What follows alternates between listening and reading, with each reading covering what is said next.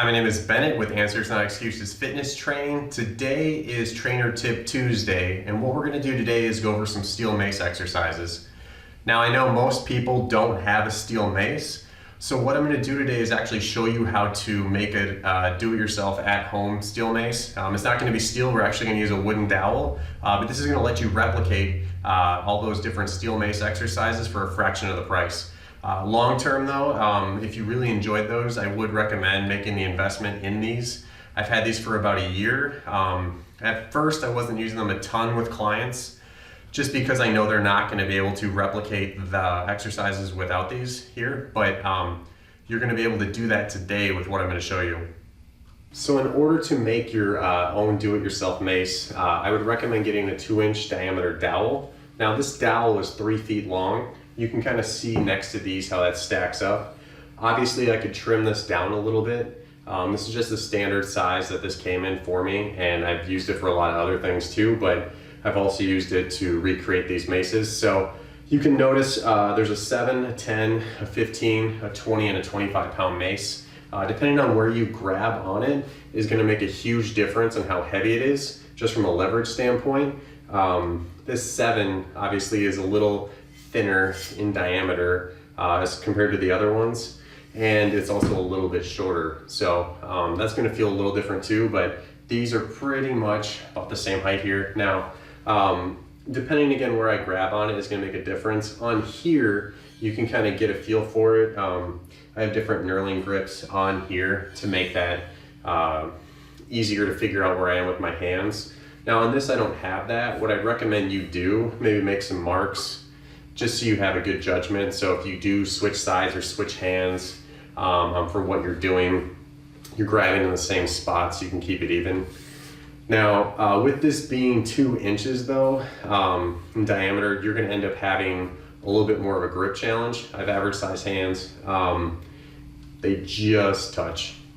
Oh well, I can challenge my grip, that's fine. But what we're going to end up doing with this is we're going to end up getting your regular 2-inch Olympic plates. I'd recommend, if you could, getting ones that are the smallest in diameter as well, just because with these, you have all that weight at the end. It's in the smallest spot possible, and when you're doing stuff behind your head or some of the other exercises, you don't want this ball or the weights that are going to be on here to actually hit you. So in order to secure the weights actually on this, I would highly recommend getting some of these clamps with these rubber insides that are meant for a 2-inch Olympic bar.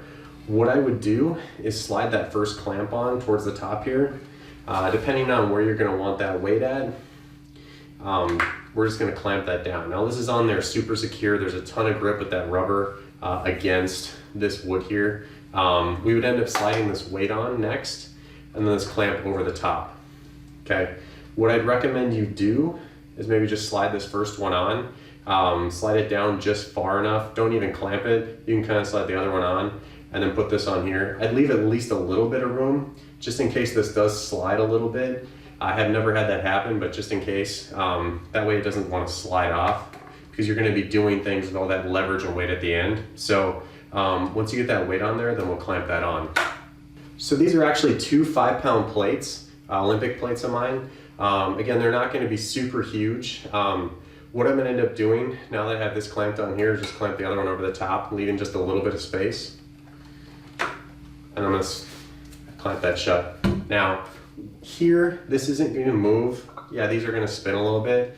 I would recommend though that whatever wood you're using, it's not slippery, it's smooth, and you check it consistently, because if you're spinning this around, this is something where this could pop off potentially. I've never seen that happen, and to be honest, if you're really worried about it, you could put a bolt through here and then slide this up the other way so it can't even slide off. That'd be an extra safety precaution you could take. I'm not concerned, since I have these. I don't do this a ton anymore, but this is another option. Now I'm gonna have 10 pounds here, for example. The weight of these clips, just a few ounces, I'm not going to count, and this. These are going to be evenly weighted, so this whole thing is 10 pounds, for example.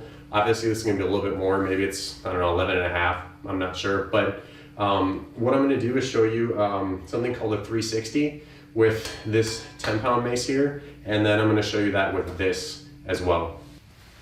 Now, when I was talking earlier about that plate size, why that's going to make a difference, when you do some of these behind you, like I was saying, you don't want to hit yourself and you want to have enough clearance. So this is that 10 pounds and this is the 10 pounds I made. You can see how much of a difference that is. Now, the nice thing about this one, the one you're actually adjusting, is it is adjustable, and I can use 2.5 pound plates as well. Now, I could get several 2.5 pound plates, stack that a little higher, and then it wouldn't be as wide, or depending on the brand of a 5 pound plate you're using, that might make it a little less in diameter, so it's not going to be as thick, maybe a little bit closer to this size. Regardless, whatever you're comfortable with, do that. So in order to do a 360 to start with, what I'm going to do is show you the prerequisites we would need for that and kind of show you the entry level phase for it. So if you're doing any exercise, if you don't have the range of motion in order to do it, and you go to do it, you're not going to be able to. So first thing we got to do is make sure that you can actually do it. Now with this first exercise, it's going to be called a pendulum behind your back. So for this one, this is where it's going to come into play about how big this is. This is something you still can do with the one you made. But basically what we're going to do is we're going to need to be able to put this behind your back. Now, if you can't do this, there's no way we're going to be able to move on from here, but there'll be a couple other exercises on the way you can try in order to build up to that 360. But basically what I'm going to do is I'm going to grab this like a baseball bat, but I'm going to set it behind my back here.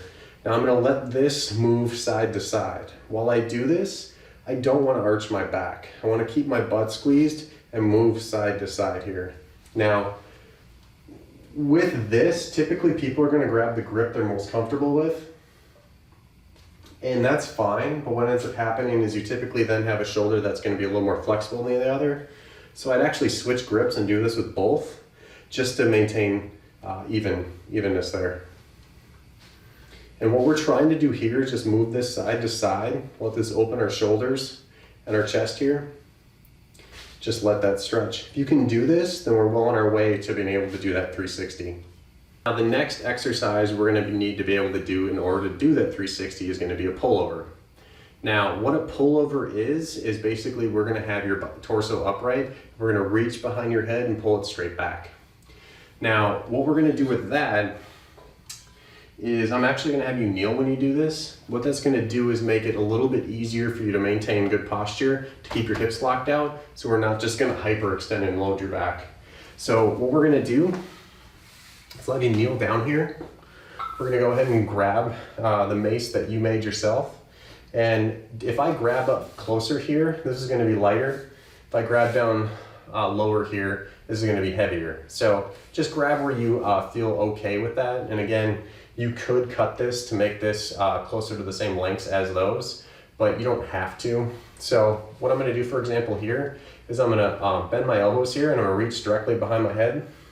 Now when I do this, I'm letting this weight kind of pull me down, my arms back I should say, and then I'm going to pull this straight forward. Okay. So what I'm going to do is I'm going to work on this side. I'm going to see what's realistic for me as far as reps. I'd like to get at least 8 personally per side, especially if this is a new exercise for me. I don't need to maximally do this. Then I'll switch sides once I finish that. And then I'll continue to the other one. So when I said don't arch your back, what I mean by that is when I'm sitting upright here, I got my butt squeezed, and then I'm just gonna reach here. What I don't wanna do is fall back here. I just want to keep this straight upright obnoxiously. So at that same time, I'm not going to duck my head down. I'm just going to trust my arms and pick a weight and a distance away from the weight that I feel comfortable enough that I can reach. All right, so if you've got that pendulum and if you've got that pullover, what we're going to do now is try that 360. Okay, so it's going to be basically like putting those both together, and we're going to do both sides. So I'm going to show you with both of these.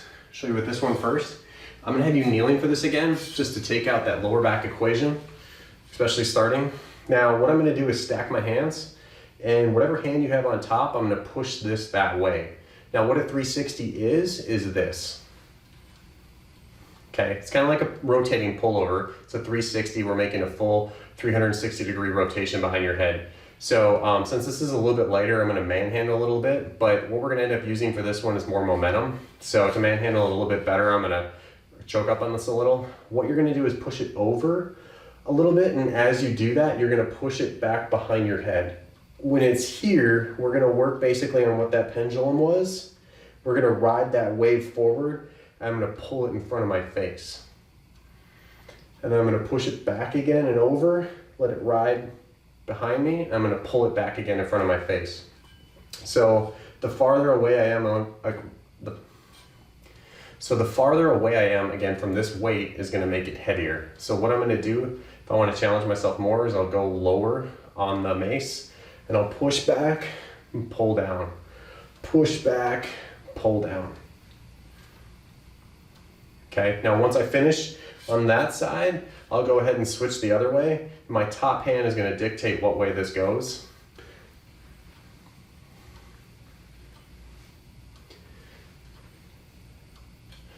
So this is a great core exercise as well. It's awesome for your shoulders and lats, and it is awesome for your grip strength. So you can notice if you look between the dowel and the mace that this one's quite a bit thicker, and as far as the dowel one goes that you made, but you didn't pay that much for it, so we're not super concerned. So what we're gonna do here is the same thing. Again, you just choke up where you need to, and then what I'm gonna do is let this drop over my shoulder again and pull it back. Now, this is thicker. You have a higher chance of hitting yourself with this. So the smaller the weights you can get again, the better.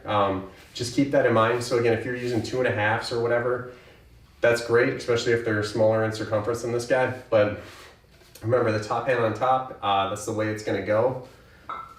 We're gonna let that rip. So from the side, if I'm here,